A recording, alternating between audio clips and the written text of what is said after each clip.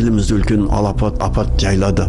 Су тасқыны. Еліміз қардың суына қауқарсыз болғаны қалай деген сияқты сұрақтар бар ғой ел ортасында. Әрбір осындай оқиғадан соң, апаттан соң негізі тереңірек талдау жүргізілу керек. Біздің мемлекеттік басқару жүйесі жетілдіруді қажет етеді. Республика, облыс және аудан арасындағы өкілеттіліктерді ара-жігін ары қарай бөлу. Бұл тұрғыда бір өкінішке орай деп айтуға болатын жағдай, соңғы 15 жылда біз аудандық деңгейді әлсіретіп алдық. 15 жылда аудандардың мемлекеттік бюджеттегі үлесі азайды. Аудандардан осыдан 10 шақты жыл бұрын денсаулықты алып кетті.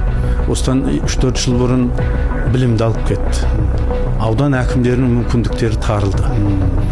Сол себептен бірінші қарастыратын сұрақ қайтадан терең талдау жасап, қандай мәселе республикада қалу керек, нені облысқа беру керек, ал енді облыс пен ауданның арасы бізде тіпті бұлыңғыр.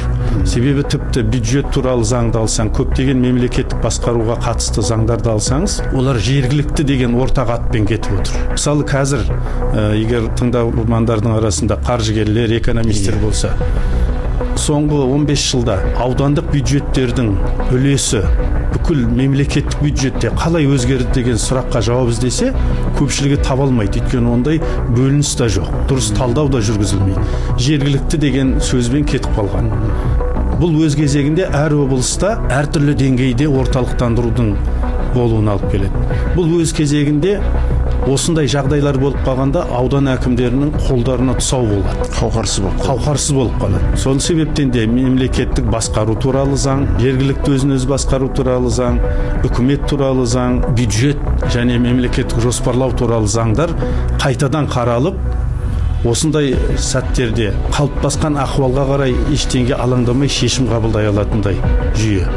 Неге осының алдын ала алмайсың десе, бір былай қарағанда парадокс бар. Осы жұмыстарға олар төтенше жағдай жарияланғанға дейін қаржы жұмсай алмайды. Ол қаржы жұмсау үшін төтенше жағдай жариялау керек.